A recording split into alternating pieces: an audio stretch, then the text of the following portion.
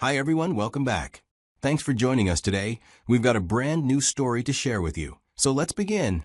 My name is Dennis. When I caught the woman I loved cheating, she made it clear she was ready to move on, even laughing in my face as our marriage ended. I was blindsided by her betrayal. She was eager to be done with me, like she already knew what her next step was going to be. But then something happened. The confidence she had when we first started the divorce process shifted the moment she found out she was walking away with nothing. She didn't know who she was really married to. And suddenly, the smirk disappeared. I'll get into all of it. Please like and comment on where you are watching from. I met Catherine at a friend's birthday party. One of those casual backyard gatherings with music. I wasn't even supposed to go, to be honest. At the time, I was still carrying the weight of a pretty rough breakup that happened months ago. It was a long relationship, and when it fell apart, I wasn't really in the mood to be social since then. I threw myself into work because it was easier than anything else. That night, I found myself there, drink in hand, making small talk with people I knew. And then I saw Catherine. She was helping out at the event. I remember she handed me a napkin at one point, and I used that small moment as my excuse to strike up a conversation. She laughed as she responded. I found myself watching for her after that, waiting for her to come near again so we could talk more. Every time she passed by, I'd find something to say.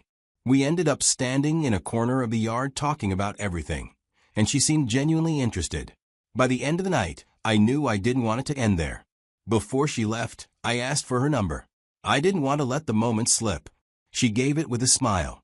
We texted the next day, and the day after that. The conversations picked up right where we left off, like we hadn't skipped a beat. It was refreshing. So I asked her out. Our first date was at a quiet Italian place I liked. We talked for hours. And the more I learned, the more I wanted to know. We kept seeing each other. Week after week, we carved out time to be together, even when work got hectic. There were no mixed signals with Catherine. So, after a handful of dates that just kept getting better, I asked her to be my girlfriend. She didn't hesitate as she smiled and said yes, like she'd been waiting for me to ask. After the mess of my last relationship, I told myself I wasn't going to repeat the same mistakes. That experience humbled me. So when Catherine came into my life, I approached things differently. I made a conscious decision to show up, not just physically, but emotionally. I wanted her to feel heard, appreciated, and safe with me. In the early days, I did what I thought any good man should do. I brought her flowers regularly. I left little notes around her apartment. I took her to restaurants I knew she'd never been to, booked surprise weekend trips, and bought her small things she'd casually mentioned in conversation. I was trying to show her I paid attention. And to be fair, she responded in kind. Catherine started cooking at my place often. She was present in a way I hadn't experienced in my previous relationship. It felt refreshing. After a few months, I introduced her to my family. I'm the only child, and my parents have always been protective of me, especially my mother. My dad's more reserved, but my mom reads people. She doesn't say much when she's unsure about someone, but I could tell something about Catherine didn't sit right with her. She was polite, of course, but I remember her pulling me aside afterward and saying, "Just take your time with this one. Not everything that glitters is gold." I didn't want to hear it, not then. I was too caught up in the comfort Catherine brought. I told myself Mom was just being overly cautious and even a bit territorial. So I brushed it off. What Catherine and most people didn't know was that my financial life didn't look how it seemed on the surface. Yes, I had money, but most of it wasn't in my name. Years ago, my parents set up a trust in their name. The goal was to protect the family assets and reduce tax burdens, especially as my parents aged. Since I'm their only child, the trust was structured in a way that I'd benefit from it while keeping liabilities away from my name. They advised me strongly to make all major purchases through the trust. And I listened partly out of respect for their wisdom, partly to give them peace of mind. At the time, I didn't think much of it. I just wanted to avoid probate and a mountain of paperwork if anything ever happened. But that decision would become the most important line of defense I never realized I'd need. After 2 years of dating, I proposed to Catherine. I didn't rent out a rooftop or hire a violinist. It was just the two of us, standing in the middle of a quiet beach at sunset, and I asked her if she wanted to do life together. She said yes before I could even finish the question. We didn't waste time with a long engagement. Within months, we had a wedding date, invitations, vendors, everything lined up. She moved into my home shortly after we got engaged, and that's when things started to shift, though I didn't realize it back then. On the surface, everything looked perfect. But underneath all that shine, the cracks were already forming. Catherine started to complain about me not spending enough time with her. It didn't matter that I was working 12 to 14-hour days to fund the lifestyle she was enjoying. I'd come home exhausted, and she'd greet me with sarcasm, saying things like, "Nice of you to remember you have a wife." I tried explaining, but she'd brush it off, accusing me of caring more about my work than her. What struck me most, though, was how little interest she showed in how our lifestyle was even possible. She never once asked about our finances, never asked how I structured things, what accounts we had, or how assets were protected. She just assumed everything she saw was mine outright. The house, the cars, the vacation home in Aspen, the watches, even the yacht we chartered once. On paper, I was a man with a modest income and barely any assets. And she had no idea. Still, I spoiled her. I'll admit that. I showered her with gifts, not because she asked, but because I wanted to keep her happy. I thought maybe the gestures would compensate for the hours I was missing at home. Jewelry boxes filled with names she couldn't pronounce, weekend getaways on a whim, shopping trips where I told her not to look at the tags. I did all of that. I gave her financial freedom. A joint credit card with no questions asked, monthly deposits into her personal account. Even helped her set up a small business she said she was passionate about, but she never followed through on. I thought doing all that meant we were solid. I didn't see it as transactional. I saw it as love. The first real crack in our marriage came after we hit the 2-year mark. You know how people say that once the honeymoon phase ends, real life begins? Well, that's exactly what happened. The initial excitement faded, and I started thinking about what came next. Not just vacations or career goals, but something deeper. I wanted a family. I had always pictured myself as a dad one day. I didn't think it was going to be a big issue. We talked loosely about it while dating, nothing too deep, but enough that I believed we were on the same page. So one night I brought it up, saying, "Hey, I've been thinking maybe it's time we started talking about having a baby." She froze for a second. I'll never forget that. Then she kind of scoffed and said, "Are you serious?" I told her I was absolutely serious. Her face changed, and in the most casual tone, she said, "I'm not ruining my body for a child." At first, I was just confused. I thought she misunderstood me, or was just being dramatic. So I tried to explain myself, tried to open up. But she wasn't listening. After that day, every time I tried to revisit the topic, she had a new way of dodging it. One day, it was not yet. The next day, it was maybe in a few years. And eventually, she just stopped responding altogether. If I brought it up, she'd get annoyed and say I was pressuring her. There was no room for a real conversation anymore. The final time we discussed it turned into a full-blown argument. I told her how much it meant to me, how I'd always dreamed of being a dad, how I thought we were in this together. She responded with, "I have a life to live, and just because you want to play house doesn't mean I have to wreck my body for it." It was like she saw motherhood as some kind of punishment that was beneath her. After that argument, something broke between us. We didn't talk much about it again, but the silence spoke volumes. We stopped being affectionate. We weren't physically intimate anymore. We started existing side by side, like roommates. Polite, distant. We both knew we were still technically married, but in every way that mattered, we weren't. That one disagreement didn't just end a conversation. It tore the emotional thread that had been holding us together. And I guess that's when I realized love isn't just about how things start. It's about what both people are willing to build and what they're willing to sacrifice for the life they promised each other. Over the next few months, I started noticing things in my wife's behavior that I couldn't quite ignore anymore. She started spending more time with friends, most of whom I'd never met. And whenever I asked who they were or what they were doing, her answers felt vague. What used to be simple dinner hangouts turned into overnight stays and then weekend trips. She began to travel more frequently, always insisting it was harmless, but it felt like she was running from something, or maybe toward someone. Her appearance changed, too. She started dressing differently in a way that felt designed to turn heads. Tighter and more revealing outfits.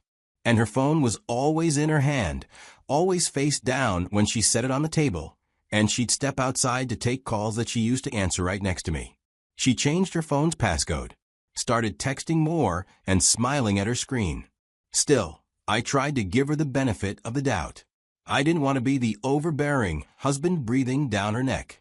So I stayed quiet at first, convincing myself it would pass. But it didn't. It got worse. Her attitude toward me became colder and more dismissive. And when I finally brought it up, she turned it around on me. She said I was being insecure, controlling, and jealous. She said I didn't trust her, and that I was projecting my own issues onto her. That moment made me feel crazy. By the 4th year of our marriage, we had become strangers under the same roof. We weren't even trying. There was no spark, no intimacy, no conversation that didn't feel forced. We lived like roommates, barely acknowledging each other unless we had to. I buried myself in work again. Not because I was chasing success, but because it was the only thing that didn't feel like it was slipping out of my hands. I worked longer hours, stayed late, answered emails deep into the night, anything to distract myself from the silence waiting at home. But the event of one night shattered everything. It was late, around 11:30 p.m., and I had just woken up after passing out in the living room while listening to a podcast. I didn't make a noise as I walked to the bedroom, but as I reached the hallway, I heard her voice, low. She was in the bedroom on the phone with someone. At first, I thought it was her sister or maybe a friend. But the tone was too intimate, and the words were too deliberate. I didn't want to believe it, but I stood there frozen. I took my phone out, hit record, and captured enough of the conversation to leave no doubt in my mind. She was talking to someone she'd been seeing behind my back. Someone who clearly knew she was married, but didn't care. And neither did she. The next morning, I sat her down. I told her what I'd heard, what I'd recorded. She didn't deny it. Not at first. She just tried to flip the script, accused me of spying, said I was being manipulative. I guess that's what cheaters do. She scrambles, deflects, and twists things that might make one start questioning their own eyes. But I didn't back down. I told her plainly, we're not making it another year like this. And that's when things went bad so fast. She looked me dead in the eye and said, good luck finding someone else who'll tolerate you. I'm taking half anyway. She really believed she had me cornered, that she'd walk out of this marriage with a victory lap and my bank account in her purse.